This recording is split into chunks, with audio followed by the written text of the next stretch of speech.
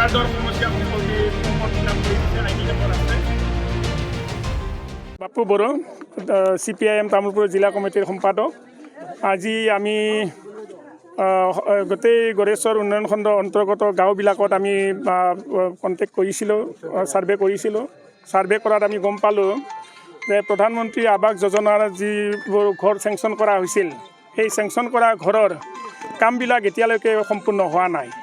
আৰু সেই কাৰণটো জানিব বিচৰাতে গম পালোঁ যে অফিচৰ পৰা এই যে প্ৰধানমন্ত্ৰী আৱাস যোজনাৰ লগত সম্পৰ্কযুক্ত যিটো জব কাৰ্ডৰ টকা 20,000 টকা, এই 20,000 টকাটো অফিচৰ পৰা মোকলাই দিয়া নাই। স্বাভাৱিকতে হিতাধিকাৰীসকলে এই ফলত কাম কাজ সম্পূৰ্ণ কৰিব পৰা নাই। গতিকে আমি সমগ্ৰ এই উন্নয়ন খণ্ড এলেকাৰ এই ৰাইজৰ পৰা আমি ফৰ্মবিলাক সংগ্ৰহ কৰিছোঁ। ID নম্বৰবিলাক সংগ্ৰহ কৰি আজি ইয়াতে গড়েশ্বৰ খণ্ড উন্নয়ন বিষয়া মহোদয়ক আমি ইতিমধ্যে জমা দিছোঁ, ফৰ্মবিলাক জমা দিছোঁ।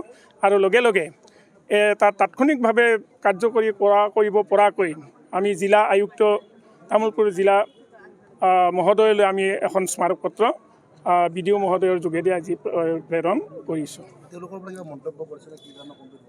তেওঁলোকৰতো ক'লে এতিয়া কিবা টেকনিকেল হেৰিত মানে জব কোডটো কৰিব পৰা নাই হেনো, এইকাৰণে কোৱা হৈছে। কিছুমানৰ জব কোডটো হৈছে, কিন্তু সেইটো কিস্তি দি আছে। গতিকে এই কিস্তি দিলেতো নহ'ব। অতি সোনকালে সমুদায় অনাদায় ধন, জব কাৰ্ডৰ অনাদায় ধনখিনি দিয়াৰ কাৰণে আমি দাবী উত্থাপন কৰিছোঁ। আশ্বাসটো দিছে, মানে BDO মহোদয়ে ইতিমধ্যে কৈছে যে আপোনালোকৰ মই সদায় আছোঁ, আপোনালোকৰ লগত মই সহযোগ কৰিম, কাম কাজ কৰিম, কেৱল আপোনালোকে যোগাযোগ কৰিব। এনেকুৱা সমস্যা থাকে তেতিয়াহ'লে নিশ্চয় আহিব।